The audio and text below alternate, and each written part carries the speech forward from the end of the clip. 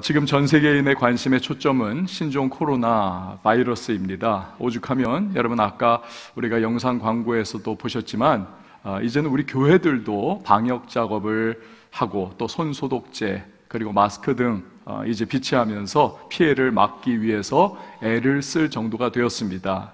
이에 더해서 여러분에게 몇 가지의 당부의 말씀을 좀 드리고자 합니다. 당분간은 악수하는 대신에 목례와 눈인사로 대신했으면 좋겠습니다.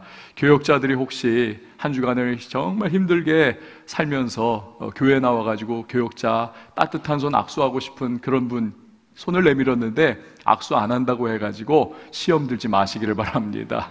안 하는 것이 모두에게 참 유익하지 않습니까? 또 하필이면 얼마 전에는 독감이 좀 휩쓸었고 이제는 감기 걸린 분들도 없지 않아 계실 겁니다. 코로나 바이러스는 아닐 텐데 감기 걸려가지고 콜록콜록 기침을 하는 그런 분들 주변이 굉장히 예민하실 거예요. 그렇기 때문에 공중에다가 이렇게 기침하지 마시고 이렇게 손에다가 이렇게 해가지고 기침을 자기 옷에다가 이렇게 여기 가까운 데다 하면은 이게 또 흘러갈 수 있으니까 이 어깨에다가 이게 이제 유럽이나 뭐 북미 쪽에서는 이 어깨에다가 합니다. 그래서 그렇게 하면은 조금이나마 도움이 되지 않을까 싶습니다. 에이 뭐 나는 그런 거 필요 없다. 그냥 전에 하던 대로 그냥 기침을 공중에다 하면서 앞사람 뒤통수에다 팍팍 해버리면 예배 끝나 집에 갈 때까지 핍박과 환란이 기다리고 계실 겁니다. 또 마지막으로는 정 마음이 거리끼시고 또 약간 내가 열도 나고 기침기가 혹시 있다 뭐 그렇지 않아도 나는 공중 보건과 위생을 위해서 마스크를 껴야만 하겠다 끼십시오. 안 끼고 교회 안 나오고 또 안 끼고 여기서 예배 드리면서도 누가 나한테 코로나 옮기지 않나 이러면서 하나님 집중하는 일에 그거 놓친다면 이건 본질과 비본질의 문제도 아니고 진리와 비진리의 문제도 아니기 때문에 차라리 속편하게 그냥 끼십시오. 끼시지만 이 코로나 다 지나가고 나서 1년 후에도 여전히 난 이거 꼭 끼겠다. 그건 제가 사탄의 자식으로 알겠습니다. 그러니까 이번 이 기간 동안에는 여러분들 하여튼 개인 위생 보건 잘 신경 써주시고 교회도 최선 다하겠습니다. 아울러서 기도 많이 해주십시오. 우리 정치인들이 정말 똑바른 정신 가지고 이 어려운 상황들을 잘 타개해 나가는 지혜를 발휘할 수 있기를 기도해 주시고 우리 모든 국민들과 또 전 세계 우리 모든 사람들 이 일들이 다 끝나는 그때까지 정말 어려움과 고통 사그라질 수 있기를 위해서 우리 예수 믿는 분들이 기도 많이 해주시기를 바랍니다. 한 가지 우리가 더 생각해 볼 게 있습니다. 신종 코로나 바이러스가 생겼다는 것은 여러분 팩트입니다. 그렇죠? 이건 사실입니다. 그런데 이런 사실에 공포라고 하는 반응이 이제 더해지니까 개인뿐만이 아니라 국가뿐만이 아니라 범지구적으로 지금 공황 상태에 거의 빠져들어가고 있지 않습니까? 정신의학자인 칼 매닝거라고 하는 분이 이런 말을 했습니다. 사실보다 중요한 것은 반응이다. 사실보다 중요한 것은 반응이다. 그렇죠. 예를 들어서 여러분 어제였나요? 이틀 전이었나요? 우한에 살고 계신 우리 한국 교민분들이 이제 천안으로 오게 되겠다. 정부 발표했다가 번복을 했습니다. 진천과 아선으로 오게 하겠다. 난리가 났죠. 뒤집어지면서 막 왜 우리냐 하면서 그냥 막 프랭카드 써붙이고 절대 안 된다. 그리고는 트랙터 몰아가지고 막 길도 막고 막 데모하는 그런 모습들이 있지 않았습니까? 그러나 아산의 성숙한 시민분들이 이렇게 종이를 쓸고 이렇게 우리는 아산 시민들인데 우한 교민 여러분 여기 오셔서 잘 쉬시고 편안히 계시다가 다시 돌아가십시오. 이러한 모습을 보였습니다. 이 이후로 분위기가 완전히 바뀌어지지 않았습니까? 주민 전체가 차분해지고 그들을 다 받아들이게 되었습니다. 여러분 사실보다 중요한 것은 반응인 것입니다. 근데 영적인 세계에서도 마찬가지라는 거죠. 반응이 굉장히 중요합니다. 특별히 바른 반응이 너무나도 중요합니다. 우리 인생에 하나님께서 은혜를 주시고자 하실 때가 있습니다. 그때에 바른 반응을 보이는 것, 이것이 너무나 중요합니다. 오늘 본문 말씀이 바로 그 부분을 우리에게 보여주고 있습니다. 지난 시간 살펴봤죠. 바나바와 사울이 최초의 이방인 교회인 안디옥 교회에 파송받았습니다. 선교사로. 그리고는 제1차 선교 여행을 시작합니다. 가장 처음에 도착한 곳이 바나바의 고향 구브로섬입니다. 지도에 나오는 중간 그 지중해의 한가운데 있는 저 구브로섬, 오늘날은 키프로스 또는 사이프러스라고 지명을 부르기도 합니다. 처음 간 이곳, 여기서 로마의 총독인 서기오 바울이 예수 믿는 쾌거가 일어납니다. 방해하던 마술사 바예수가 눈이 멀어버리지요. 그 후에 바울과 바나바 두 사람이 이제는 그곳을 떠나 비시디아 안디옥이라고 하는 곳에 도착을 합니다. 여러분 지금 지도에서 보듯이 오늘날의 터키 남부 지역에 바로 비시디아 안디옥이 있습니다. 안디옥 교회가 있는 안디옥 지방과는 이건 전혀 다른 그러한 곳입니다.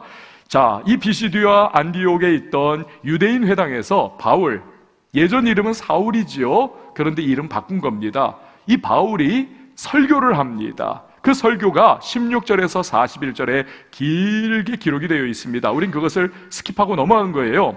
그런데 그 바울의 첫 번째 설교를 우리가 종합을 해가지고 정리를 요약하자면 이런 겁니다. 유대의 종교 지도자들에게 당신들이 지금까지 매여서 생활을 했는데 이제는 그렇게 해서는 안 된다.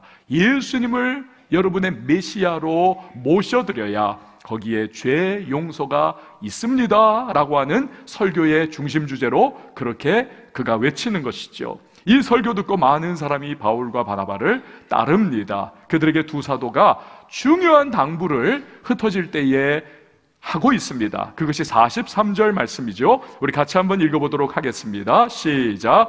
회당의 모임이 끝난 후에 유대인과 유대교에 입교한 경건한 사람들이 많이 바울과 바나바를 따르니 두 사도가 더불어 말하고 항상 하나님의 은혜 가운데 있으라 권하니라. 아멘.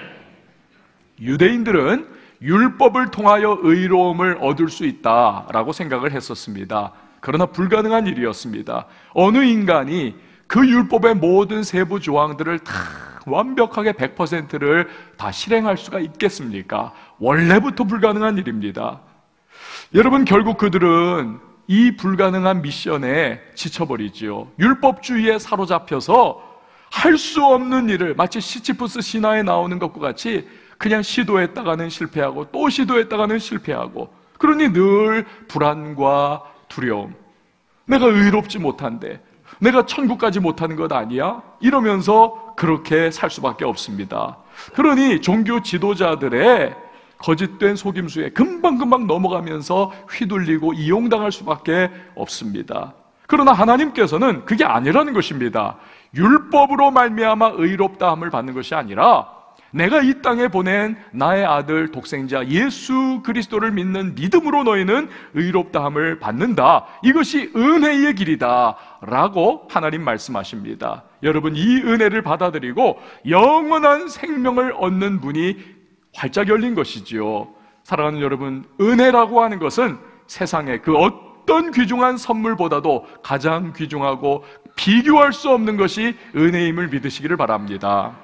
문제는요, 율법주의라고 하는 망령이 이게 쉽게 포기를 안 하더라는 겁니다. 끝까지 유대인들을 붙잡고 늘어지는 겁니다. 그래서 여러분, 로마서나 갈라디아서 같은 데 보면 어떻습니까? 사도 바울이 계속 강조하는 것이 율법주의로 돌아가지 말아라. 왜 은혜로 구원받은 것을 너희가 버리고 율법주의로 또다시 돌아가느냐? 속 터진다는 겁니다. 그래서 지금 이 본문에서도 바울과 바나바가 바로 그겁니다.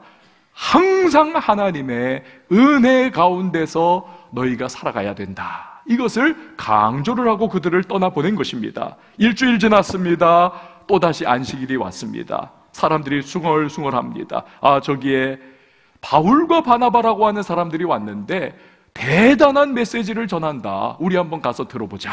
어마어마한 사람들이 회당에 꽉 모였습니다. 그런데 그때 예기치 않은 상황이 그들 앞에 펼쳐집니다. 우리 다 같이 45절 말씀 같이 읽어봅니다. 시작. 유대인들이 그 무리를 보고 시기가 가득하여 바울이 말한 것을 반박하고 비방하거늘. 아멘. 무엇입니까? 하나님이 주시는 놀라운 은혜가 여기에 있었지만, 그러나 율법주의에 사로잡힌 유대인들이 바른 반응을 보이는 대신에 그 은혜를 대적하고 반박을 하더라는 것입니다. 자, 그럴 때 어떤 일이 생기는가? 46절 보니까 바울과 바나바가 담대히 말하여 이르되 하나님의 말씀을 마땅히 먼저 너희에게 전할 것이로되, 유대인입니다. 너희가 그것을 버리고 영생을 얻기에 합당하지 않은 자로 자처하기로 우리가 이방인에게로 향하노라. 복음을 대적하는 유대인들에게 너희가 그것, 즉 은혜의 말씀을 대적하고 버렸다. 여러분, 여기서 버리다라고 하는 헬라어 단어는 어린아이가 마치 부모가 귀중한 선물을 줬어요. 그런데 이게 값어치를 모르는 겁니다. 요만한 꼬마가. 그래서 그냥 덜렁덜렁 들고 다니다가 그냥 휙 버리는 것과 같은 그러한 의미가 이 버리다는 단어에 내포된 것이 아니라, 이 버리다라고 하는 단어는 의지와 강조하는 의미가 그 안에 내포되어 있습니다. 이런 겁니다. 유대인들이 하나님의 은혜를, 은혜의 복음의 말씀을 그들이 탁 팽개쳐버리고 심지어는 발로 걷어차 버리는 것과 같은 그런 행태를 보이더라라는 것입니다. 이게 유대인들의 반응이었다는 거죠. 그럴 때 어떤 일입니까? 그들에게 주어진 놀라운 은혜가 달아나 버리더라는 겁니다. 그 은혜를 유대인들이 뺏겨버리더라는 겁니다. 그 은혜가 이방인들에게 가더라는 겁니다. 여러분, 하나님은 아브라함을 믿음의 조상으로 세우면서 어떤 계획을 가지고 계셨습니까? 그 모든 후손 이스라엘을 다 구원하기를 기뻐하셨습니다. 이게 하나님의 원래 계획이죠. 그래서 아브라함이 이삭을 낳고 이삭이 야곱을 낳고 야곱이 12아들을 낳고 12아들이 12민족이 되고 그 민족에게서 나는 많은 이스라엘 백성들, 이게 다 하나님의 선민으로 다 주님의 구원과 기뻐하시는 사람들이 되어 그들이 열방을 향한 제사장 국가가 되어야 되는데, 그러나 이 아브라함의 후손이 유대인들이 예수님의 오심과 그 복음의 말씀에 대한 바른 반응을 하지 않더라는 것입니다. 그래서 지금 그 은혜를 그들이 지금 빼앗기는 거죠. 물론 나중에 로마서로 가면 사도 바울이 너희를 통해서, 너희가 지금 복음을 다 버려버렸기 때문에, 거부했기 때문에 그 복음이 이방인들에게로 다 가서 나중에 너희가 그걸 보면서 시기와 질투가 일어나서 다시 우리 복음으로 돌아가야 돼, 우리도 저거 가져야 돼 하면서 복음을 다 받아들일 거야. 이것이 하나님의 오묘하고 신묘막직한 계획이라는 것을 나중에 그가 이야기는 하지만, 그러나 지금 이 본문의 사도행전 말씀에 보면 이 유대인들이 자기들에게 다가온 놀라운 은혜의 복음을 발로 걷어차버리죠. 그래서 뺏깁니다. 마태복음 13장 12절 말씀처럼 된 겁니다. 무릇 있는 자는 받아 넉넉하게 되되 없는 자는 그 있는 것도 빼앗기리라. 여러분, 우리도 마찬가지입니다. 하나님이 때로는 우리에게 은혜를 주시고자 할 때가 있습니다. 이게 주로요, 어떤 경로로 다가오느냐? 많은 경우 말씀으로 다가옵니다. 우리가 설교를 들을 때, 말씀을 읽을 때, 그리고 큐티를 할 때에 이 말씀 속에서 하나님께서 우리에게 무언가 은혜를 열어주세요. 그러면서 마음을 막 움직이십니다. 마치 이제는 예수님께 돌아와야 하지 않겠니? 이제는 내 뜻대로 살아야 하지 않겠니? 말씀하시는 것 같습니다. 어떤 분에게는 하나님께서 회개를 촉구하시기도 합니다. 너 세상 방법대로 더 살아서는 안 돼. 이젠 말씀대로 살아.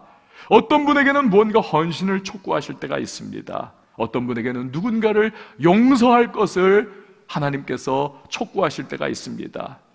어떤 분에게는 뭔가 특별한 일을 위하여 기도하라고 하십니다. 그 외에도 하나님이 각양의 사람들에게 각양의 모양으로 마음에 감동을 주실 때가 있습니다.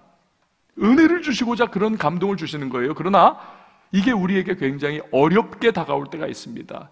현실이 충돌할 때가 있고, 이거 내가 정말 할 수 있을까? 그런 마음 들 때도 있습니다. 그래서요, 우리가 때로는 순종하지 않아야 할 이유들을 막 만들어 놓을 때가 있습니다. 왜 순종하면 안 되고, 이건 왜 하면 안 되고, 나는 이런 어려움이 있고, 이래서 나는 못하고, 여러분, 그러나 그때 어떤 반응을 하느냐가 굉장히 중요합니다. 핵 폭발을 한번 생각해 보십시오. 우라늄이 있습니다. 이건 팩트예요. 이건 사실입니다. 하지만 아무 일도 일어나지 않습니다. 그러나 여기에 작은 뇌관을 터뜨려서 우라늄과 우라늄이 충돌하게 만들면 여기서 핵이 중성자의 영향을 받으면서 이 우라늄이 막 작용하면서 갑자기 그 핵들이 막 터져나갑니다. 그 사이에 엄청난 고열이 발생하고 폭풍이 일어나고 어마어마한 방사능도 생기고 엄청난 위력이 건물들을 쓰러뜨리고 지역을 완전히 초토화시키는 폭발을 일으키는 것이지요. 반응이 중요하다는 것입니다. 마찬가지로 하나님께서 우리 안에 무언가 은혜를 주시고자 감동을 주실 때에 이게 바른 반응을 우리가 하면 여러분 거기에 놀라운 하나님의 역사가 일어난다는 사실을 기억하시기를 바랍니다. 축복이 임하는 겁니다. 하나님만 일으키실 수 있는 놀라운 역사가 그 반응을 통하여 우리의 삶 속에 임하는 것입니다. 저는 이분을 한번 우리 교회에 좀 모셔가지고 간증을 좀 들었으면 좋겠는데, 그 개그우먼인 이성미 씨 아시죠, 여러분? 이분 한창 때 어땠습니까? 대한민국 최고 아니었습니까?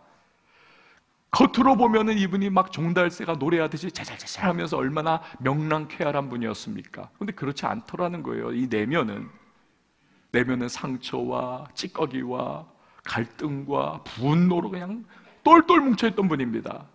왜냐하면 이분이요, 엄마가 4명입니다. 엄마가 초등학교 4학년 때 친엄마가 돌아가셨습니다. 그때부터 새엄마 1번, 새엄마 2번, 새엄마 3번. 그 아버지도 참 능력도 좋아요. 그렇게 막 하여튼 됐습니다.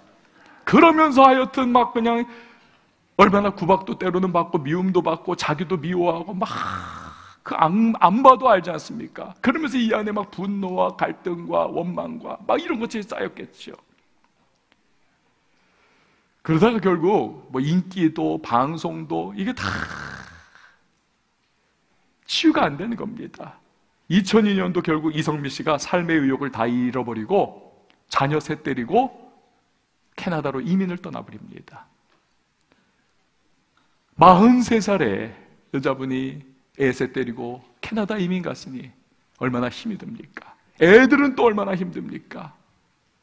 문화 충격 있죠. 언어 새로 배워야죠. 공부 적응해야죠. 특별히 그 중에서 첫째인 14살짜리 아들이 사춘기니까 얘가 너무 방황을 하는 겁니다. 너무 힘들게 하는 겁니다. 그래서 이 이성미 씨가 너무너무 속상하고 너무 힘들어가지고 이 아들한테 안 해본 욕이 없다는 겁니다. 이게 막 쏟아져 나오니까 어렸을 때부터 자기의 상처가 이게 막 투영이 되는 겁니다. 욕하고 막 비난하고 이 아들을 향해서 막 완전 욕쟁이가 됐다는 거예요. 근데 그러던 어느 날입니다. 역시 아들한테 욕을 한바탕 하고 돌아섰는데 하나님의 음성이 마음에 확 들리더라는 겁니다. 야, 성미야, 네가 욕한 대로 네 아들 만들어줄까? 그 순간 두려움이 확 밀려오면서 이성미 씨가 무릎을 꿇고 하나님 앞에 기도를 합니다. 하나님, 끔찍합니다. 절대 그런 일이 있어서는 안 됩니다. 그럼 너 오늘부터 욕 끊어라. 그날부터 욕을 끊습니다. 하루가 지나고 이틀이 지나고 사흘이 지나고 일주일쯤 됐는데 이제는 아들이 불안해하더라는 거예요. 욕을 먹을 때가 됐는데 무슨 생각으로 우리 엄마가 하고 있을까? 그래가는 하얗게 된 얼굴로 묻더라는 겁니다. 엄마, 왜 욕 안 해? 하나님이 이제 욕하지 말래. 욕을 안 하고 인내하고 그렇게 대하는데 놀랍게도 이제 점점 아들이 삐뚤어 나간 그 자리에서 다시 원위치로 돌아오더라는 겁니다.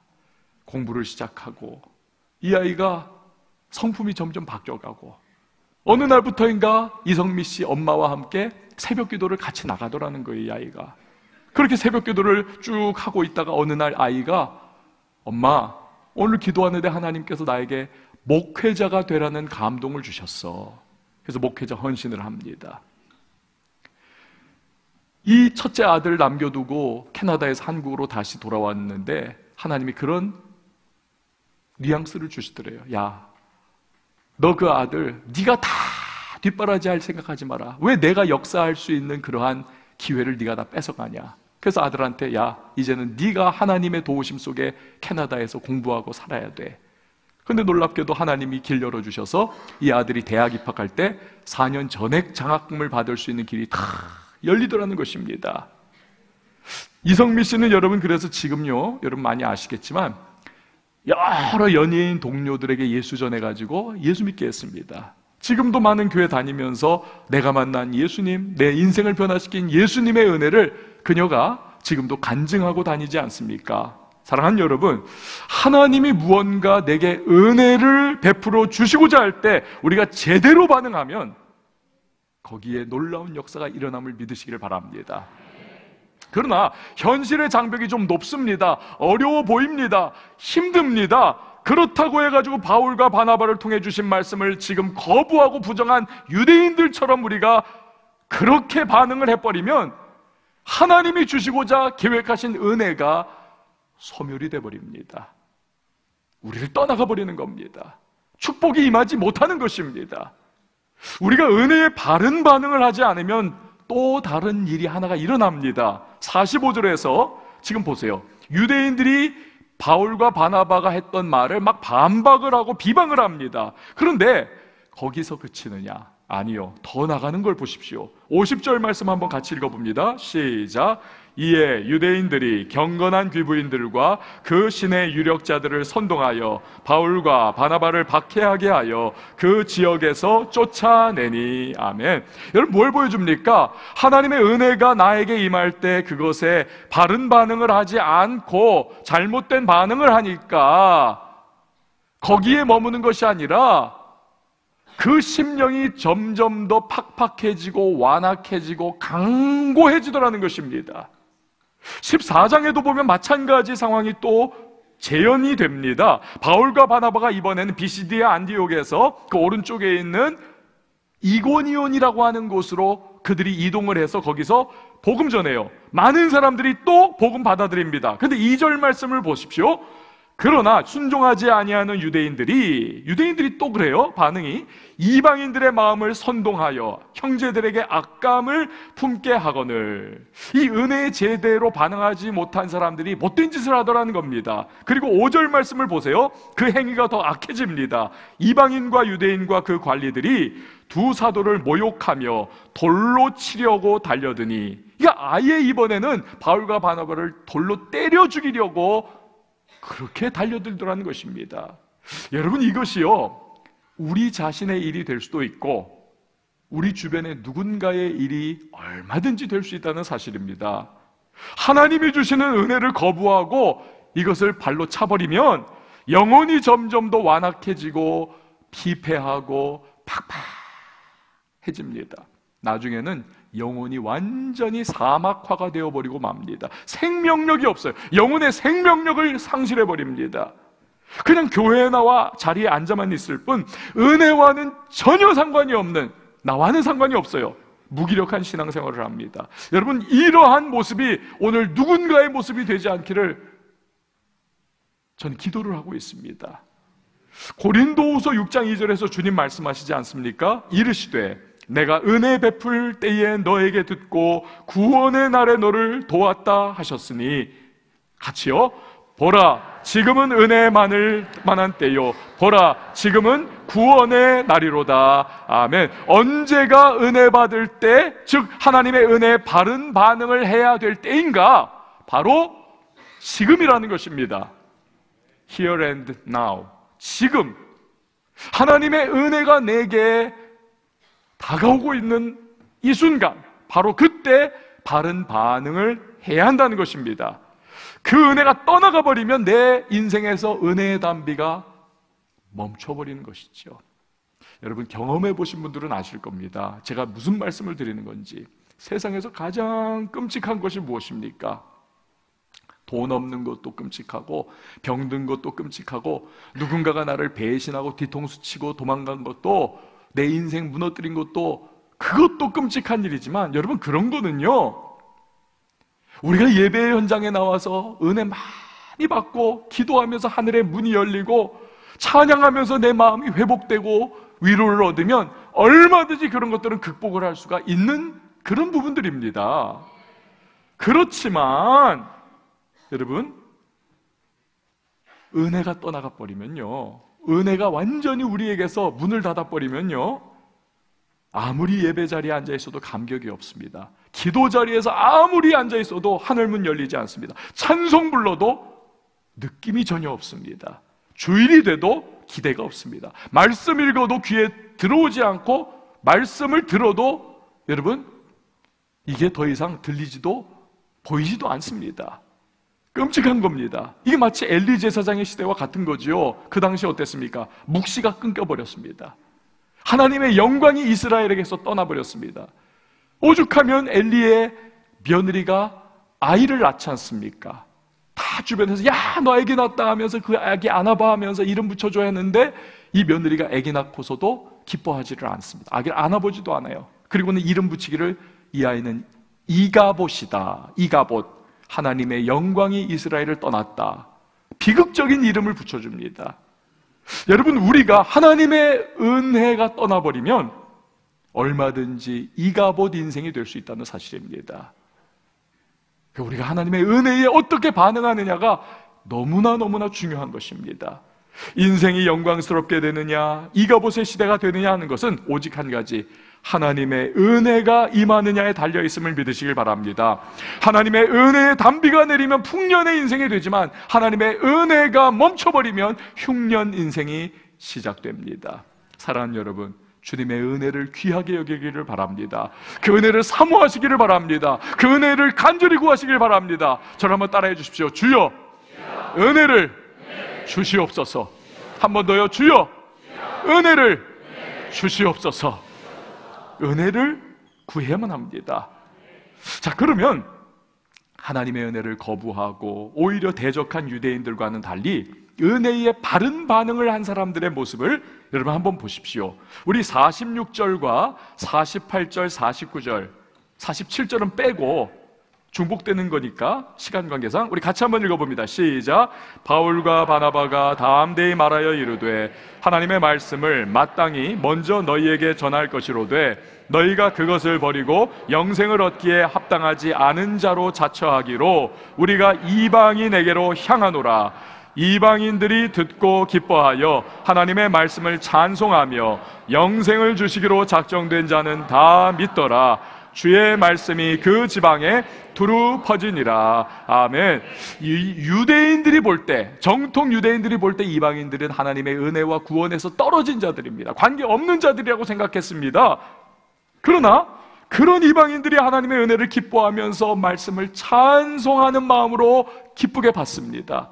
그럴 때에 영생을 주시기로 작정한 자들이 다 믿게 되는 놀라운 은혜가 임하더라는 것입니다. 그리고 그 지방, 즉 비시디아 안디옥의 복음이 두루두루 편만하게 퍼지는 놀라운 역사가 임하더라는 것이죠. 무엇입니까? 은혜에 바른 반응을 하니까 축복도, 없던 축복도 내 것이 되더라는 것입니다. 미국의 초대 대통령이 조지 워싱턴이 아닙니까? 이 조지 워싱턴의 어머니가 생일잔치를 맞이했습니다. 많은 사람들이 와서 막 주악이 울리고 즐거운 그러한 생일잔치가 진행되는데 어떤 사람이 이 조지 워싱턴의 어머니에게 질문을 합니다. 어머님, 아드님을 어떻게 키우셨기에 저렇게 훌륭한 위대한 인물이 될 수가 있었습니까? 그때 조지 워싱턴의 어머니가 대답합니다. 한 가지만 딱 가르쳤습니다. 하나님께 절대 순종하라고 가르쳤습니다. 여러분, 오늘의 세계 최강국 미국의 축복은 하나님의 은혜에 바른 반응을 하는 것으로부터 비롯한 것이라는 거지요. 사랑하는 여러분, 하나님의 은혜에 바른 반응을 하는 저와 여러분이 될 수 있길 바랍니다. 그러면 하나님은 놀라운 복을 쏟아 부어 주실 것입니다. 몇 주 전에 여러분 기억하시지 않습니까? 우리 교회 성가대 하나가 성탄절 칸타타를 했습니다. 쫙 연주를 했습니다. 근데 그 후에 다른 교회에 다니시는 타 교회 집사님 여자분이 감사헌금을 우리 교회에다 하셨습니다. 아마도 주일에 오후에는 우리 교회를 나오시는 분들도 꽤 계시니까 다른 교회 분들이 그러셨는지, 그러다가 들었는지, 아니면은 우리 교회 누군가로부터 야, 우리 교회 칸타타 하니까 가자 해서 초청받아 오셨는지는 모르겠습니다. 이분이 감사헌금을 했는데 그 내용이 제가 너무 귀해가지고 그 성탄절 칸타타를 준비하느라고 수고 많이 한 지휘자 집사님에게 격려 좀 받으시라고 제가 그것을 사진 찍어가지고 그 집사님에게 보내드렸습니다. 그 감사헌금 내용이 이런 내용이었습니다. 들어보세요. 성탄 칸타타를 듣는 중에 마음의 회복의 은혜를 경험하였습니다. 귀한 찬양, 교회와 예수님께 감사드립니다. 아마도 이분은 제가 생각할 때 힘든 시기를 지나고 있던 분인 것 같습니다. 그런데 칸타타를 통해서 주시는 하나님의 은혜 앞에 서게 된 겁니다.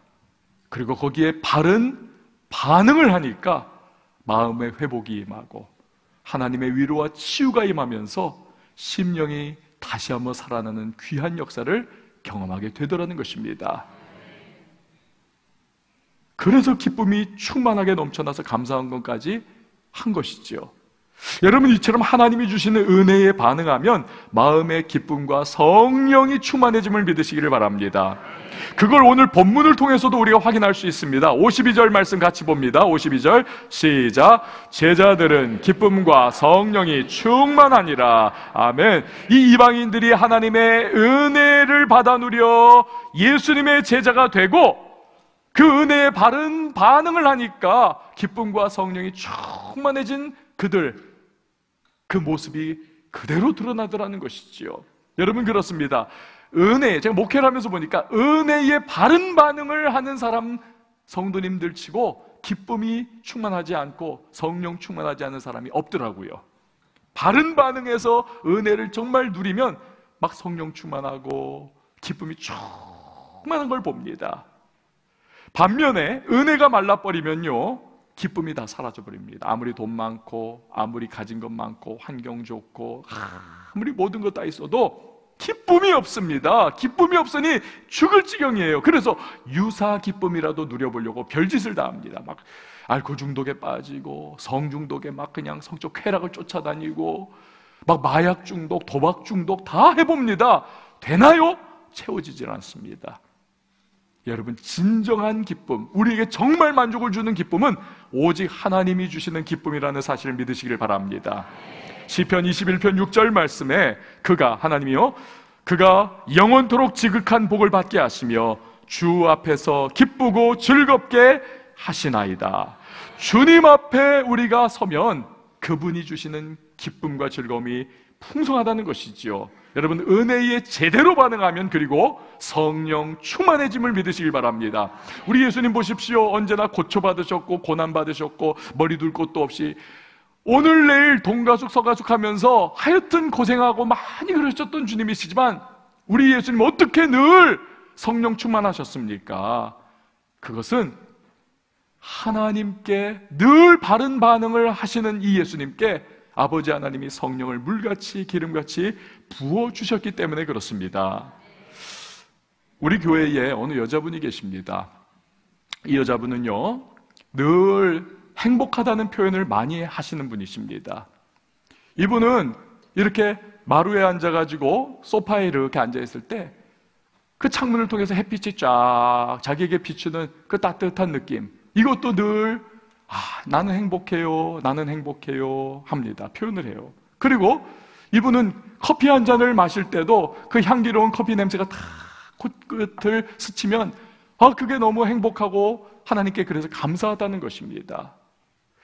아이들을 키우면서 여러분, 얼마나 아이들이 참 부모 속 긁을 때도 많잖아요. 속 썩일 때 많고 사춘기 들어서면 막 뒤집어지면서 이거 막 난리법석 부릴 때도 많은데, 그래도 밖에 나가가지고 사고치며 돌아다니지 않고 집안에서 난리법석 부려서 그래도 하나님 감사해요, 그래도 나는 행복해요, 늘 그렇게 감사와 행복을 표현을 합니다. 매사에 그런 식이니까 답답한 일도 많고 힘든 일도 많지만 그래도 행복하다는 거예요. 그걸 보는 그 남편도 그 아내 때문에 행복하다는 겁니다. 우리 집 얘기입니다.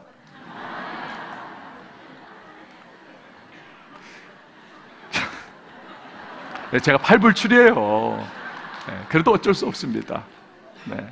근데 여러분, 놀라운 것은 그 제 아내에게 하나님께서 늘 감사하다, 행복하다 표현하면서 그렇게 살아가는 그 모습을 보고 너무 기뻐하시는지 그렇게 하여튼 기도 응답을 잘 주십니다.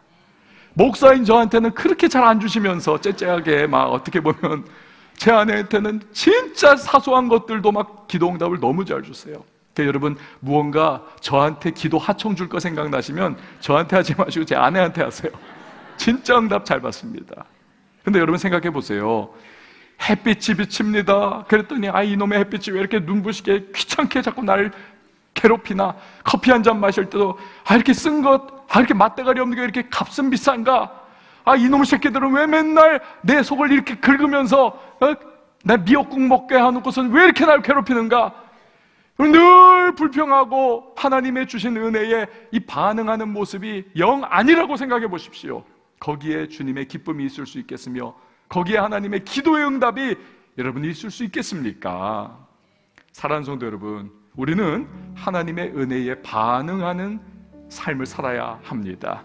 하나님이 예비하신 모든 축복, 모든 역사, 모든 능력은 은혜에 바른 반응하는 삶에 부어진다는 사실을 기억하시기를 바랍니다.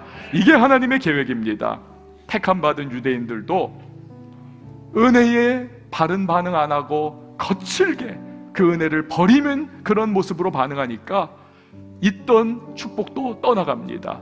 반면에 이방인들이 하나님의 은혜에 반응하면서 기뻐하며 하나님을 찬양하니까 없던 축복도 그들에게 주어지지 않습니까? 여러분, 지금까지 어떤 모습으로 살아왔든지 상관없습니다. 다시 시작하십시오. 다시 은혜에 반응하는 삶을 살겠다 결단하십시오. 그럴 때에 하나님의 놀라운 은혜와 예비하신 축복 우리의 삶에 찾아오게 될 것입니다. 우리 시간 함께 찬양하며 기도할 텐데요, 여러분, 모든 것이 은혜입니다. 우리가 이 자리에 있는 것도 여러분 큰 은혜입니다. 그 무엇보다도 내게 가진 것 없고 모든 것이 지금 암담해도 가장 큰 은혜 있지 않습니까? 예수 그리스도, 그 구원의 놀라운 은혜를 우리에게 주셨습니다. 그래서 우리는 감사해야 될 것이고 우리의 반응은 하나님을 향한 찬양이요 사랑이요 충성이요 헌신입니다. 우리 함께 찬양하시면서 믿음의 고백하고 기도하도록 하겠습니다. 오직 주의 은혜로, 오직 주의 은혜로 지금 여기 서 있네. 한없는 경배, 한없는 경배, 찬양, 한없는 찬양, 내 영혼 예배드리네. 나를 위해 이 땅에, 나를 위해 이 땅에 오신 주의 은혜, 십자가 고통, 십자가 고통 이기신 주님, 은혜 없이 주님, 주네 날 채우시네, 주네 보게 하시네. 살아가는 동안 은혜로만 살리 십자가를. 다시 한 번 더 찬양합니다. 오직 주의 은혜로, 오직 주의 은혜로 지금 여기 서 있습니다. 지금 여기 서 있네. 아멘. 한없는 경배, 한없는 찬양, 내 영혼 예배드리네. 나를 위해, 나를 위해 이 땅에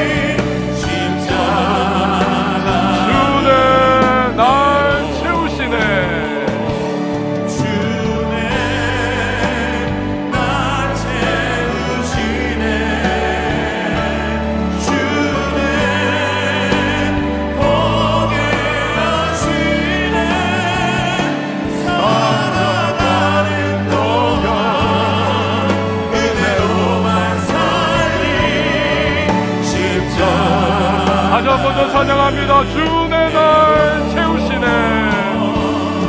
주 내 날 채우시네. 아멘. 주내 보내하시네. 살아가는 동안 은혜로만 살리 십자가. 그래서 우리는 고백할 수가 있습니다. 내가 믿고 의지함은, 내가 믿고 의지함은 내 모든 형편 아시는 주님 늘 보호해 주실 것을 나는 확실히. 내가 믿고 의지함은, 내가 믿고 또 의지함은 내 모든 형편 아십니다. 아시는 주님 늘 보호해 주실 것을 나는 확실히 아네. 사랑하는 성도 여러분, 이 시간에 기도하며 나갈 때 우리 입술 가운데 은혜에 대한 고백이 지금 막혀 있는 것은 아닙니까? 하나님의 은혜에 우리가 바르게 반응하지 못할 때 그것이 바로 우리의 인생에 주님의 놀라운 역사와 축복이 막히는 이유인 것이죠. 우리 이 시간 기도하십시다. 주여, 은혜에 대한 반응을 잃어버린 내 삶에 다시 한번 회복을 주시고 살아있는 것조차, 무엇보다도 구원의 놀라운 은혜가 하나님 나에게 주어졌으니 어떤 상황에서도 나는 감사하겠습니다. 주님의 은혜에 반응하겠습니다. 내 삶에 역사하시고 새롭게 시작하게 하시고 주 하나님의 뜻을 이루어 달라고 이 시간 우리 다 같이 주님의 이름 한번 외치고 통성으로 기도하도록 합니다. 주여,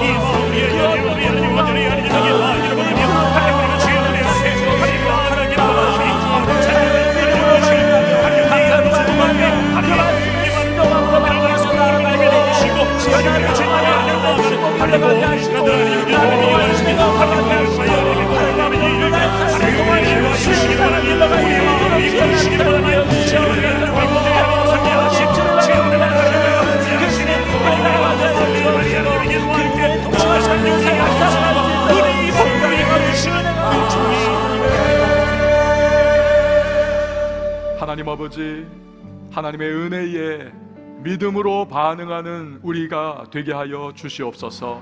막혀있는 은혜에 대한 감사의 입술이 다시 열리게 하여 주시옵소서. 그리하여 우리의 삶을 향한 하나님의 놀라운 역사와 축복, 하나님의 계획과 섭리가 시작되는 새로운 분기점 되게 하여 주시옵소서. 예수님의 이름으로 기도합니다. 아멘. 감사로 찬양하며 주님 앞에 준비하신 귀한 예물 올려드리도록 하겠습니다.